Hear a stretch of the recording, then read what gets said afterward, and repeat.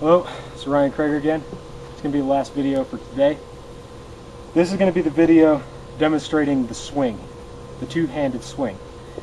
The two-handed swing is the bread and butter workout for kettlebells, whatever size, whatever level of advancement you're at. The two-handed swing is the premier workout. It incorporates all the fundamentals, it works all your muscle groups, it is a total body workout with resistance. It's everything you need.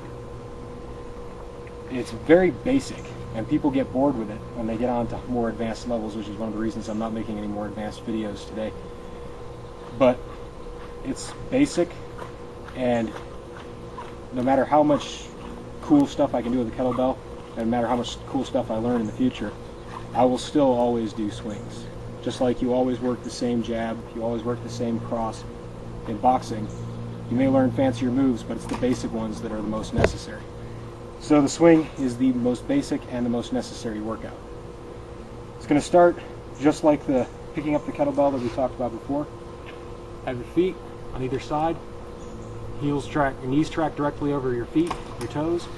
You're going to come down, grab the kettlebell, and you're going to straighten out. Now from here, I'm pulling my shoulders back. My chest is kind of popping forward. And all I'm going to do is let my hips go back a little bit and then come forward. So it looks like this.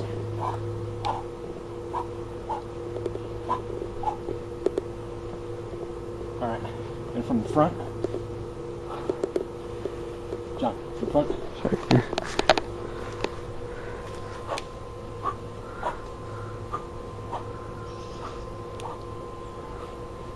That's the first step. I'm only bringing the kettlebell up this high because I want you to practice that for a while to get in the habit of moving the kettlebell with your hips. You're not dragging it up with your shoulders. There's far too much weight on it for that. All you're doing is popping with your hips. So the movement from the front looks like you come back, bend your knees, hands are going to be between your legs like you're hiking a football. When you straighten up, that's going to drive your hips forward. It's going to throw your hands forward. It's just swinging. But your shoulders stay sucked into your sockets like this. From the side, that's going to look like this. Hands between my legs like I'm hiking a football. I straighten out my legs, straighten out my hips, and I'm going to hit a perfectly straight posture right here, the top of the swing. Heels, hips, shoulders all in line, all straight, all locked. So the kettlebell is going to do this.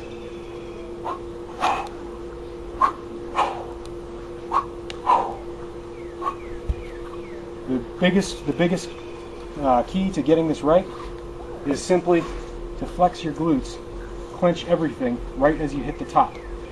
The kettlebell is going to keep going on its own momentum. To show that, I can actually let go of it at the top of the swing because I'm not lifting it with my hands. Watch my hands very carefully when I do this.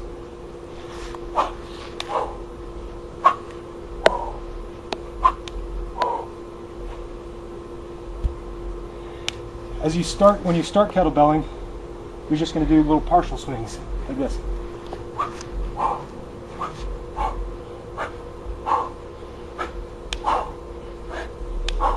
Breathe out as you swing up.